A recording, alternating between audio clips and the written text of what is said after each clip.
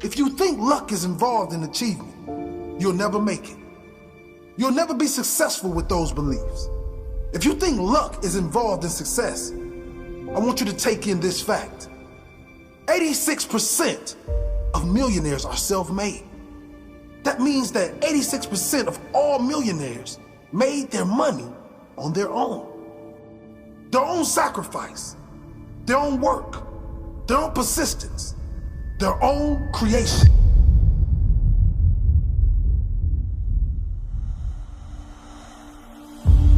They were not given handouts by mom and dad. They were not born into wealth. They didn't win the lotto or get lucky. Most of them came from poor families and fought their way to success. They refused to accept their family's limitations as their own, so they set new standards for their life. You see, luck has nothing to do with success, and luck has nothing to do with achievement. You create your own luck by the work you put in. Talent has nothing to do with success. As Stephen King said, talent is cheaper than table salt. What separates the talented individual from the successful one is a lot of hard work. Genes have nothing to do with it either. It's all about mindset and application. In other words, what do you believe is possible? And what are you prepared to do to make your dreams your reality? What are you prepared to do? Are you willing to suffer for your dream? Are you willing to sacrifice for your dream? If you don't believe it's possible, you won't even attempt it. And then you'll claim it is impossible. And then when you do fail, from the lack of belief and the lack of effort, your limiting beliefs will be reinforced by the fact you failed. If you aren't prepared to do the work, if you are not willing to stick it out through failure, you will never reach any great height. What do you believe? What are you prepared to do? Both of these factors you can strengthen over time through application and through the forming of new habits. If you consistently apply yourself, you will notice better results. And when you get better results, you will strengthen your belief in what is possible for you. If you can continue this growth and compound it, over time, these new habits and greater abilities you possess through your own application and growth will lead to greater belief and indeed greater results. There really is no limit to how much you can grow and how much you can achieve. The only limits that exist are in your own mind. So develop that mind, build that mentality, work on yourself by taking action.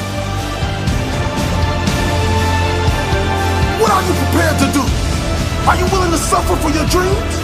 Are you willing to sacrifice for your dream?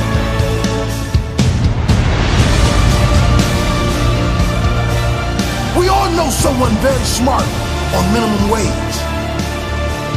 We all know people who never fulfilled their potential despite getting great grades or attending the best colleges. And we all know of many people who failed in school but created amazing lives of success, achievement, wealth, and happiness. What's the secret then? It's hunger. It's hunger. Those who are willing to find a way to win, no matter what, find a way to learn, find the best path, find a way to add more value. Those who will never quit until they reach the top of their mountain. How hungry are you for success? I'm starved. How hungry are you?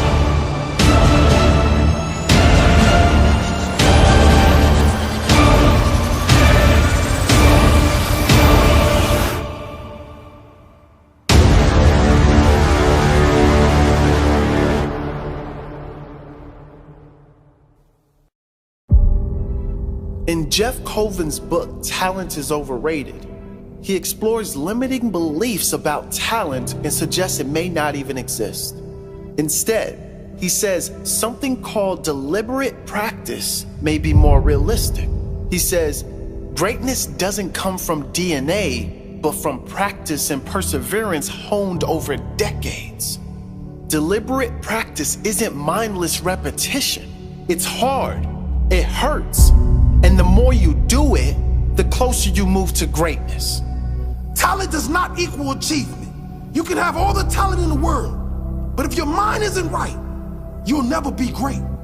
If you're a talented guy who refuses to put in the work, it's only a matter of time before someone hungrier eats you alive.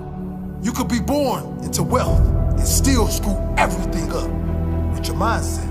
You could be born into lack and struggle and hardship, but refuse to accept that as your reality. You don't decide where you start in life, but you absolutely define where you end up in life.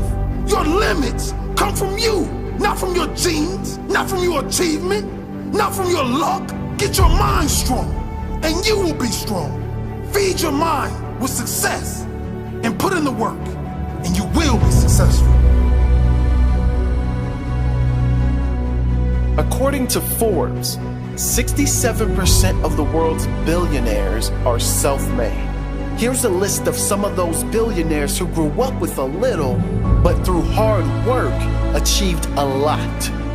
Oprah Winfrey, Howard Schultz, Ralph Lauren, Larry Ellison, John Paul DeJoria, J.K. Rowling, who was on welfare before she wrote Harry Potter, Moed Altrad, who was born in the desert in Syria, banned from school, and went on to make $2.6 billion from scaffolding. Tom Brady, now recognized by many as the greatest NFL quarterback of all time. But Tom Brady was an average college quarterback. His combined statistics prior to the 2000 draft were, at best, average, and that's being very generous. He was drafted unenthusiastically as the 199th pick in the 6th round by the New England Patriots. Scout Joe Bucksbaum's report on Tom Brady prior to the 2000 draft: poor build, very skinny and narrow. Ended the 99 season weighing 195 pounds and still looks like a rail at 211. Looks a little frail and lacks great physical stature and strength. Lacks mobility and ability to avoid the rush. Lacks a really strong arm. Can't drive the ball down the field and does not throw a really tight spiral. The only person in the NFL that believed in Tom Brady was himself. Robert Kraft, New England Patriots owner, relived his first meeting with Tom Brady. This skinny beanpole of a young man walked over to me and said, "Hi, Mr. Kraft. I want to introduce myself. I'm Tom Brady." I said, "I know who you are. You're our 6th round draft choice." And I always remember, he looked at me like a laser, eye to eye, and he said, "That's right, and I'm the best decision this organization has ever made." Tom Brady would go on to lead the New England Patriots to 8 Super Bowl appearances, winning 5 and collecting 4 Super Bowl MVPs, the most of any player in history. As a result of Tom Brady's steely self-belief and absurd level of determination, he has now entered the conversation for the best quarterback of all time. Was it talent, or was it hard work and desire that led to his success? So, if you were planning to use the excuse of talent, think again. If you are planning to use the excuse of privilege, think again. Think bigger. Think better. Think about what you can do with your own work. Take responsibility for where you are in life and work until you get to where you want to be.